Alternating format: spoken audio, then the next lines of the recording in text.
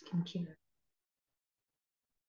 Hi, and welcome to Navigating Through Rough Waters, the Ask Me Anything about the upcoming workshop and then the actual 8-week course. So I just want to pull up, I do have a PowerPoint here. I'm just going to go through it. It's very brief, and then we'll talk about them. So basically I have a brief agenda. We're going to say who's here, and then I'm going to review the course offerings. Our timeline is about an hour.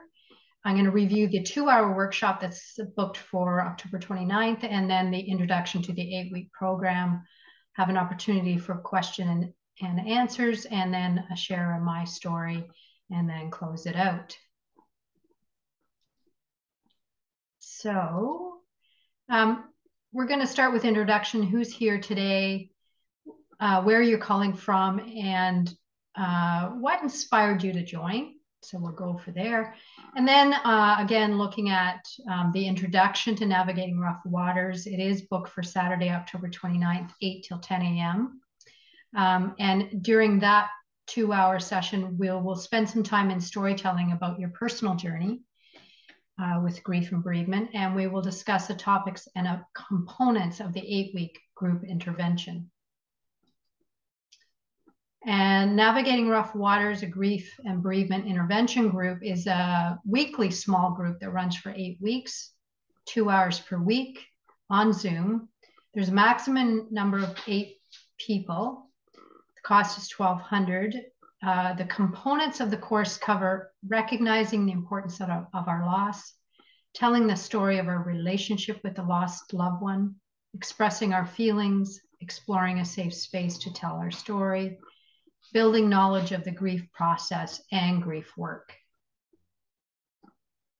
We'll open up questions and answers, and then just a thank you. So let me get out of this now. So let's just start. We've gotten to know each other as we've waited for others to come, and we've gotten to know where you're from. I'd like to know just from each of you, what inspired you to join in today?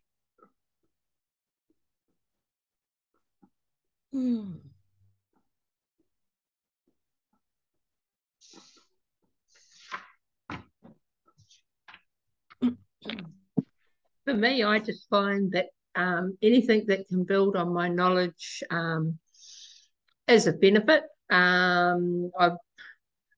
Bereavement, I've recently lost a horse, which is just as much grief as a person. In fact, sometimes this is going to sound terrible, but I also lost my mother-in-law earlier this year. It was probably more grief for my horse than my mother-in-law, which is really sounds terrible, but it's honesty. Yeah.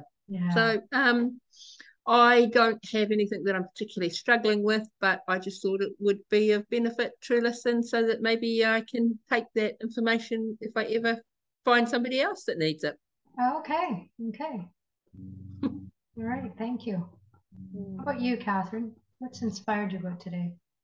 Well, I basically I've just been noticing. I mean, there's a lot of grief that we all experience, and sometimes it's something that is buried really deep, that might be ancestral even, and right. And so I guess I'm more curious than anything, and I'll have to say it, Susan, I read your bio and I was kind of like, oh, she sounds really interesting.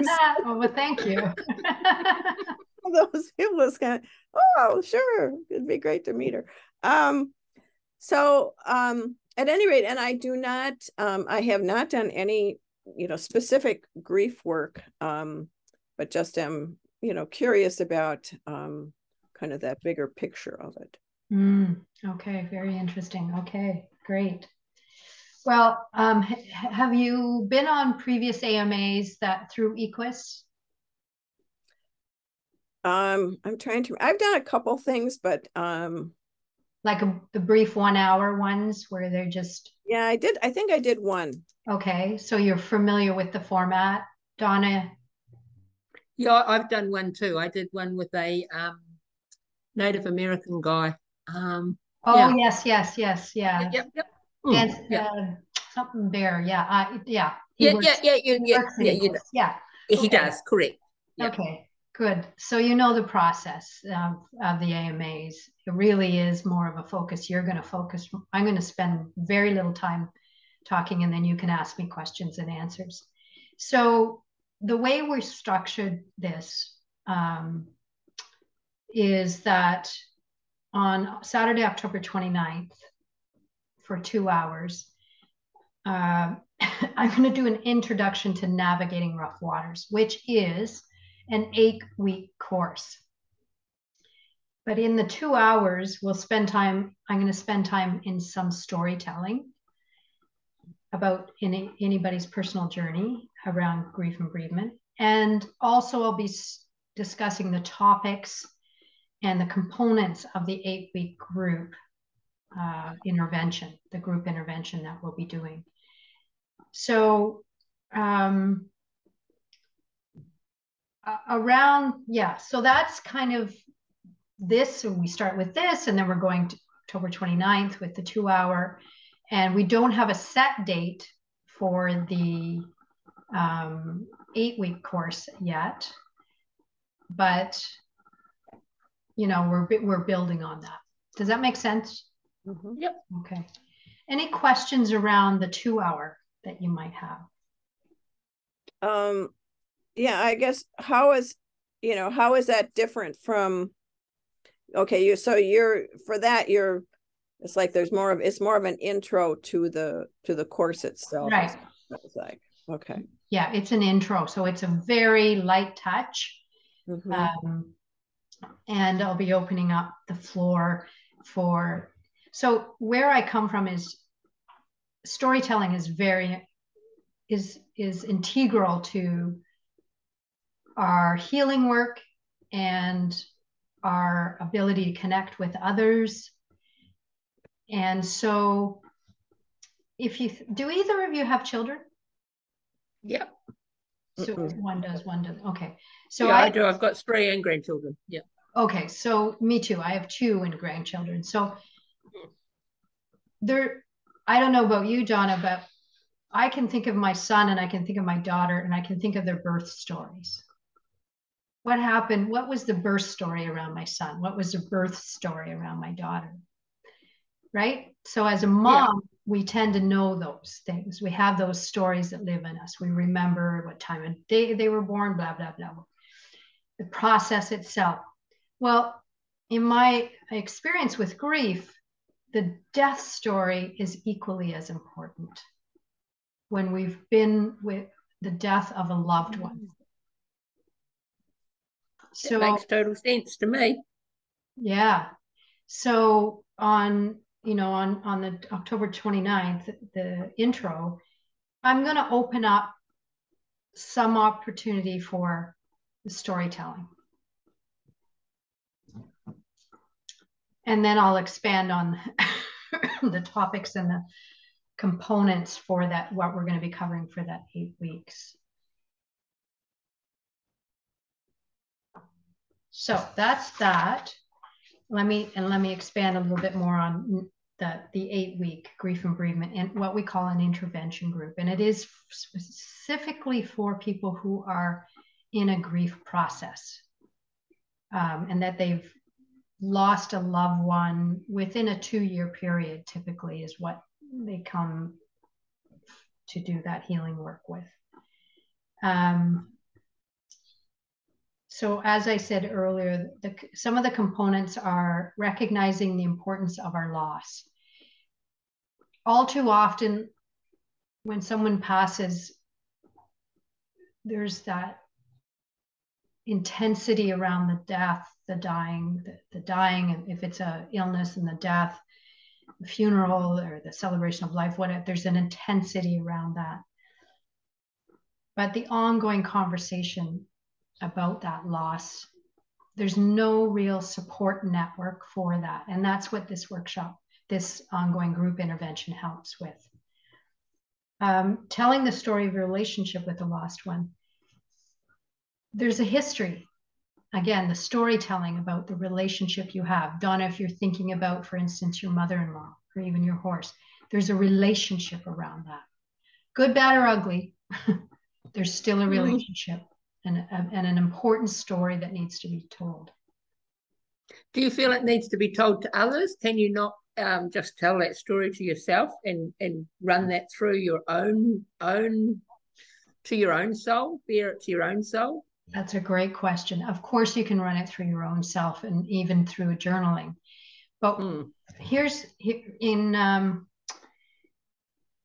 the importance of telling it in a group process is you get to be witnessed in that.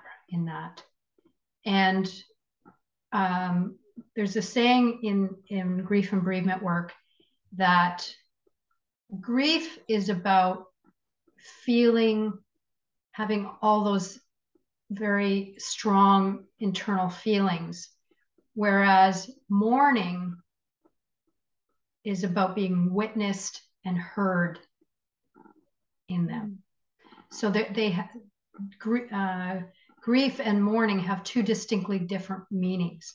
So in my experience of running these groups, being witnessed and heard and hearing others' stories and the support inherent in knowing we're not alone and the experiences we're having with grief and bereavement are natural and normal is really important to be heard, is really important to experience in order to move through the grief. As Catherine said, you know, grief can pile up. It can be a layered experience of life. But when we can move through our grief, and let's face it, it's all part of life. Death is all part of life. When we can move through each grief as it comes along, it makes our journey with life much more rich and fulfilled. So does that answer your question, Donna? Yes, it does. And it also verifies, because I probably have not lots and lots of friends, but have very good friends that I would do that with anyway. Yes, yes. So that's actually an interesting one, how, as you're saying that, I'm thinking, I've actually done all of those things. No wonder I don't have any particular issues. Yeah. So, but to be a witness for other people would be an important thing to do. Yes, absolutely. Absolutely. The other thing that I honor that you do that for friends. The other thing that I've heard over and over from group members that have been through this process in the past is to be with people that they don't know actually creates so much more safety for them to open up. Because there's a way that they're guarding themselves because they feel they have to protect their friend or their sister or their brother or their mother or whoever else is also in a grief process. So it's an interesting thing that I learned through the groups as it went along. The other one is expressing our feelings. Obviously, working with feelings and emotions, the intensity of that grief for me, and I'll share a little bit later, but grief for me is one of the harder emotions. It had been the harder emotions to work through. So it's an important component to this course, working and expressing our feelings. And then exploring a safe space to tell our story. Again, it's an objective safe space that we're in when we're working through grief in this capacity. And then the other really important component of it is building knowledge of the grief process and grief work.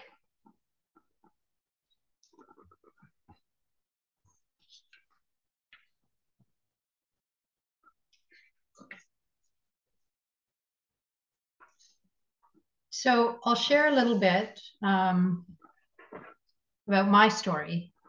In 2006, my daughter was 20 and I was 45. And from March to November, between the two of us, we lost 10 people. One of those 10 was my mom. So my daughter's grandmother, but my mom. My daughter lost 4 or 5 friends, car accidents, lightning, got struck by lightning, very odd, unique ways of young people dying. Out of the 10, my mom was the oldest, and she was only 68. Everybody else was younger. That started a cascade of grief work for me, as you can imagine, at a time when I wanted to be the supportive mom of my daughter as well, which was trying to balance all of that. So I ended up doing intensive grief work for about a year. And the biggest thing I learned was about how grief lives in the body. It's an embodied emotion, and how we are, through the grief process, at choice in how we want to be in it. So those were 2 key things. So yeah, so that started my journey. Years later, I've done courses, I've done training readings, I facilitate workshops, I work with the horses and clients one-on-one. Grief work and death and dying and grief work with the horses is amazing. Where the horses take people in their grief is just really quite profound. I am a volunteer at hospice. So it was the platform for me to explore death, dying, life, grief, bereavement, mourning, and how life plays out. Because I remember for my daughter,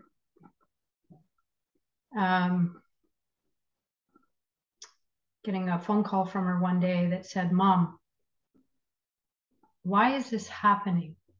You know, death after death after death in this time frame of March to November. Why is this happening?" And I said to her, "Honey, I don't know the why this is happening, but I do know there is a purpose. It just isn't revealed yet." And 2 years later, she called me and she said, "I know the purpose." And I said, "What do you mean?" And she reminded me of that conversation. And she said, she had to give me some bad news about my ex-husband and her father. He was diagnosed with ALS.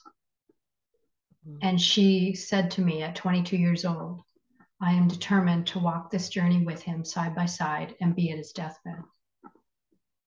And she did. And so did my son. And she was the leader in that for my son. So, and ever since then, her life is formed around, she became a life coach as well and uses that. So when you look back on your life from the perspective of how death informs us about life, that's been my experience in my story. And it's been profound teachings and profound learnings.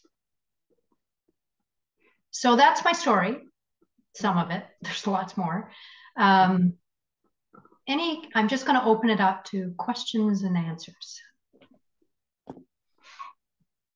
Yeah, Catherine. I like what you were saying about that grief is a body experience, and also that we have a choice of how we be in it. Mm-hmm. And so I don't really so much have a question as I'm just,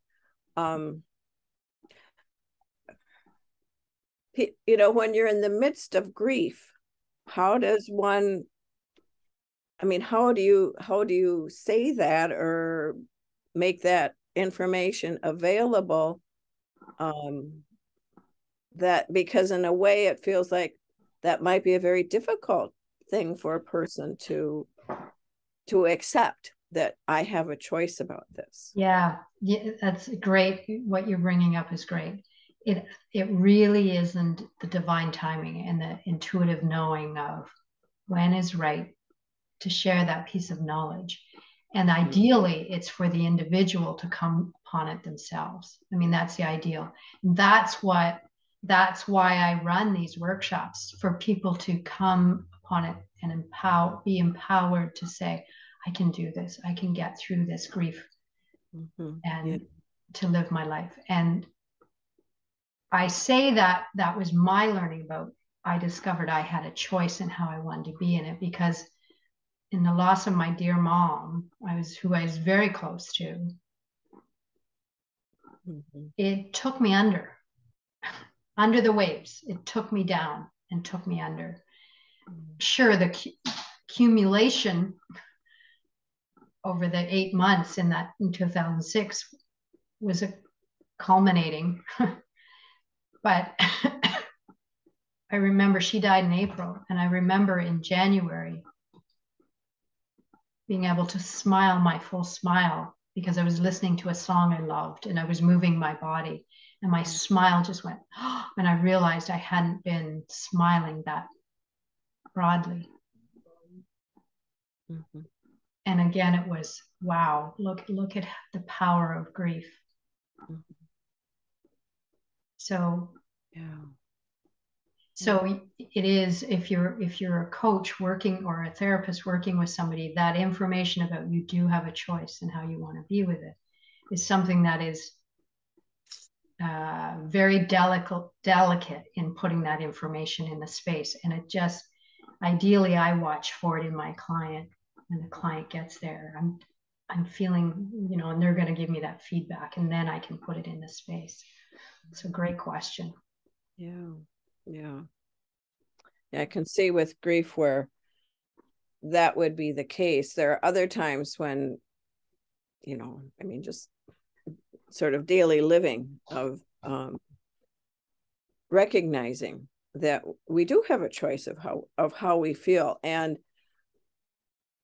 that, when you're in the middle of having an experience, that may not be when you can make the choice. Exactly. Yeah, exactly. Like, okay, here I am. I got to give myself a little bit of time here. And, but I've discovered for myself that it helps me to know that I have a choice. And that over time, I'm getting better at being able to go, okay, when am I ready to make that choice? And that I get there more and more quickly. So I think that that's a huge thing for people. And with grief, obviously, yes, you just have to wait, people, until the timing is right. And it's a great thing for people to know and to learn more about. And my guess is that in your course, that's something that you would help people learn more about, how that process, they come to that process. And I notice it. Again, it's about the empowerment of grief work, and it comes through the process, the topics, and the content, the components and the topics of the workshop itself, of the 8 weeks itself. If they build on each other, and they come to that place of expression of feeling is so key in terms of finding their empowerment, and then choosing, and then the choice can come from there. So it is a process. It's definitely a process.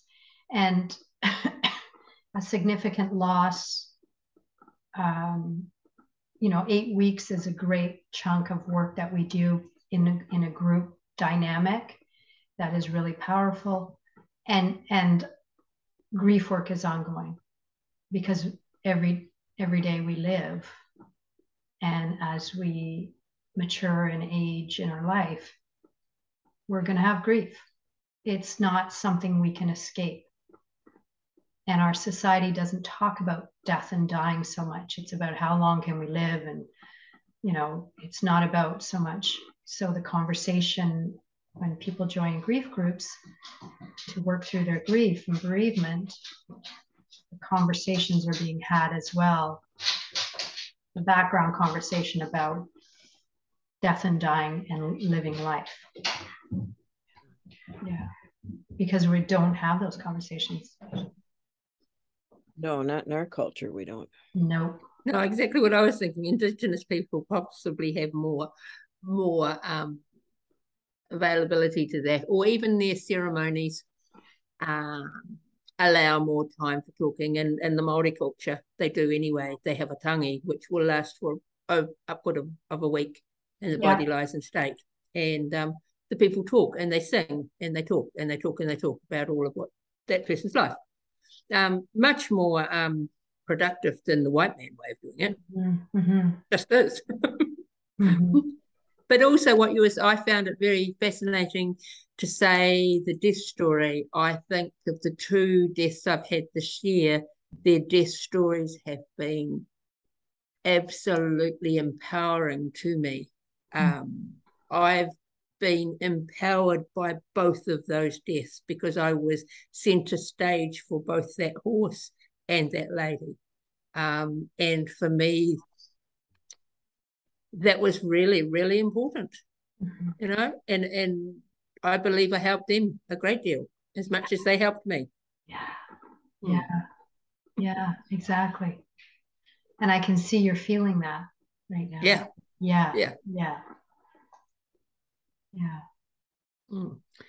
So yes, they're stories, and I guess when I'm talking to you now, I'm thinking yes, and yet if I relate that to my father who died when I was 15, his death story I couldn't cope with because it was unexpected and it wasn't how it was, and it was not meant to be, and I couldn't, and it was my first experience of death, I guess. Yeah. Well, not wasn't my first, but major experience. Yeah. And at 15, we don't have the capacity to work through such a excruciating loss. So there's again the ongoing story as you mature and grow and become an adult and then experience another death. But that's where it becomes, grief can become accumulated and create challenges for some people, for sure. Yeah.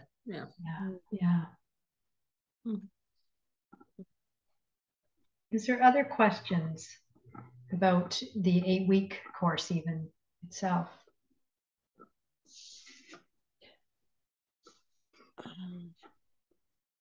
One question that keeps kind of coming to my mind is that if this were for I do have some colleagues who desire to do grief work with people and horses, and all night. So I was going, well, would this be appropriate for them? And I don't know of any recent death that of a loved one that they have experienced. So I'm just going, well, is this something that I could like recommend that they do the Saturday thing and just or am I going down the wrong road on that? Actually, no, you're not going down the wrong road at all. I think it'd be interesting. And you're sparking something in me in terms of training other coaches who work with the horses, who work with who want to do some work with grief and bereavement. Knowing, and it may be that I do a separate workshop after that one for people who want to know more about grief and bereavement, and knowing the topics and how we cover them over time might be something that we can build on as well. But I also know, just by being human, we have grief, and I totally agree with what Donna's saying. Yes, it's a horse or a dog or a cat. They're our family members. They're still our family members, and we have emotions and feelings around that loss. and that's what it's about. So I think even the 2 hour, they would get something out of that. Okay. Well, I will certainly let them know about it. So, yeah, we recently lost one of our dogs. It was August 30th. The dog, he was an old dog, and anyway, it's why he died is kind of a long story, but it was very sudden, and so we just decided to have him. He was very, very, very, very sick and in great pain, and so we had him put down. And I mean, it took 3 days, and my husband said, I cannot live without a dog. So in another 3 days, we got an 8-week-old puppy. Hard work, eh? So anyways, kind of like, well, so much for the grief. Here we go. And but I found that fascinating, how for him that he could not, his grief was so deep and so difficult that it was really hard for him. And he did not, and he realized he did not want to live without a dog. And I went, well, what about me? What do I bring to this relationship? Yeah, exactly. And stuff. Yeah. And I'm laughing because all of that stuff comes up. But I mean, I was not worried about that, but it was kind of like, it was this odd thing that happened, and of taking something taking the place of, or someone taking the place. And I was just kind of like, wow, there's not a lot of room then for grief, for dealing with the grief. Exactly. And that's what you're bringing up, Catherine. The point is, our society, we are trained to avoid the pain of grief rather than take a hard look at it, or let us be with the feelings and sit in the fire of them, sit in the pain of them, and be supported, because they create tremendous vulnerability in us. So your husband was, I can't be with this, so I'm gonna avoid it, but let's get a new puppy. And we do that all the time. There's ways that we do that. There's, in grief work, we say to clients, do not make any big life decisions for 1 year. And there's a very important valid reason behind that. It's because there's this way that we tend to react to not wanting to feel the pain of it and make a big life choice. So grief has many layers to it and big impacts.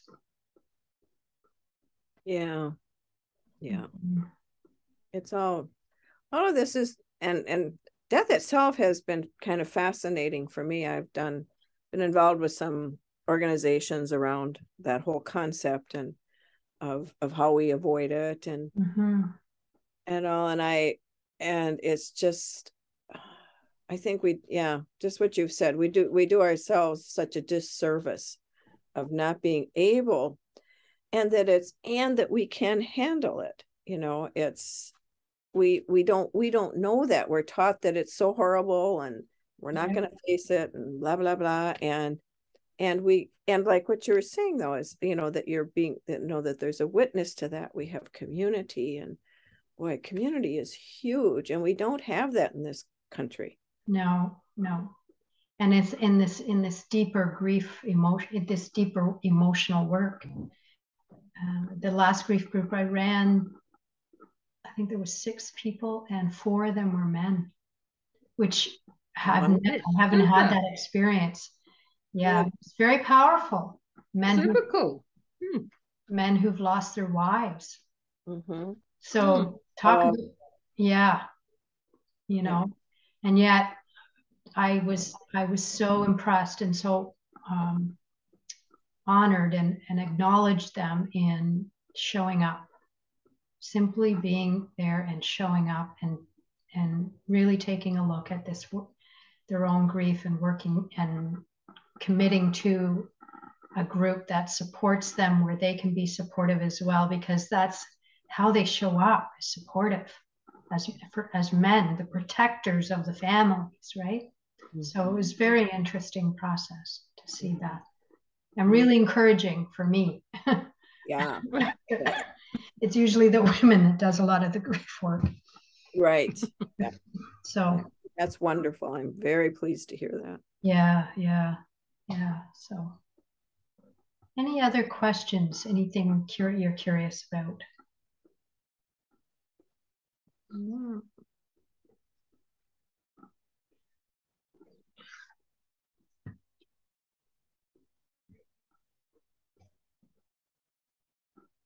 Well, I love the storytelling piece, and that may have been something that drew me into joining this this time, because I'm discovering the value of storytelling, and that really that is you know, to really deeply touch our humanity. That's what we need. We desperately need to learn more about how to be with that and do it and come together in community. And there's so much value in having, for instance, the 4 gentlemen that I just spoke of, having each of their wives died of an illness. So over a period of time, it wasn't a sudden death. And there's so much value in telling that story along the way of their partner's illness, and what the personal discovery for them, for their marriage, for their capacity, you know. So the storytelling is key, and in the group process, the storytelling is around the relationship with the loved one. It's around the actual illness. It's around the actual death. It's around the celebration of life or the funeral. The storytelling is broken right down, so it's shared, because it's not one that we're naturally going to share over and over again. And yet we need to process those experiences, because that's not the everyday experiences that we have.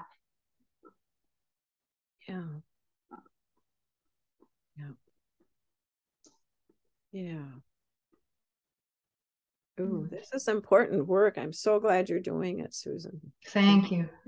Yeah, it's I'm very passionate about it, and wanting to grow it through through my affiliation with EQUUS. So just in closing, and to just what I was saying about processing an illness or a death. One of the experience at 45 was being at the bedside of my mom and her death, and watching her go through the death process, and being very honored to be there. And then my dad passed 3 years ago, the same thing, being there at his bedside. It's life-altering. It was a life-altering experience when my mom passed. And at that time in my life, I found it very difficult to process. And for 2 months, I was really caught up in the death and the dying, and I was able to process. And I wrote a poem, so I'd like to read it. It's called I Witness. I witness the breath labored. I witness the inhale grasped. I witness the exhale relieved. I witness the breath slowing. I witness the breath calming. I witness the breath pausing. I witness the distance in the next inhale. I witness the peace in the exhale. I witness the breath exhale and stop. I witness the spirit lift and fly. I witness my mom's passing. I witness the breath, her life. I witness. Really beautiful.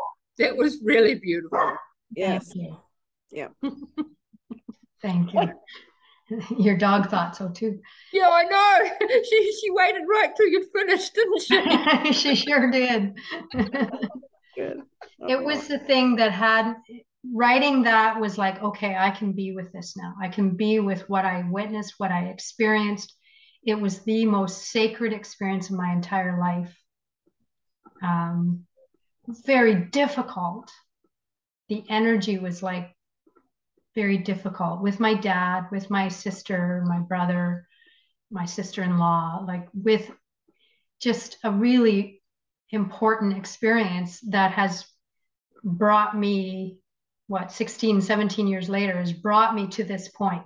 It's been a stepping stone to this point, being here with you today and now sharing that. So yeah.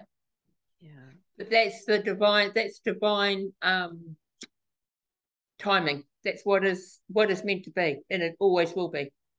Exactly. So is death. Will always be done in divine timing. It won't happen when it's not meant to.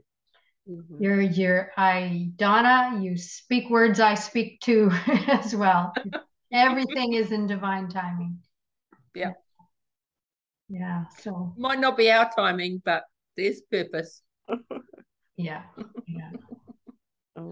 So thank you so much for joining me today. And I would love to have you join, on the 29th, even for more at sharing, the sharing component, again, based on some personal experience, as you can see from my own,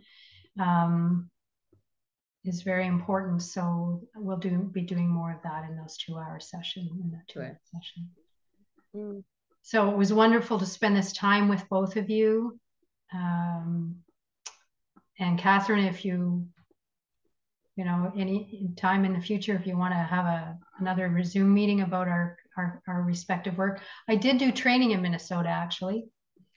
Well, I was kind of wondering, I thought your name was familiar because I did CTI also. Oh, did you really? Okay, yeah. Minnesota, yeah.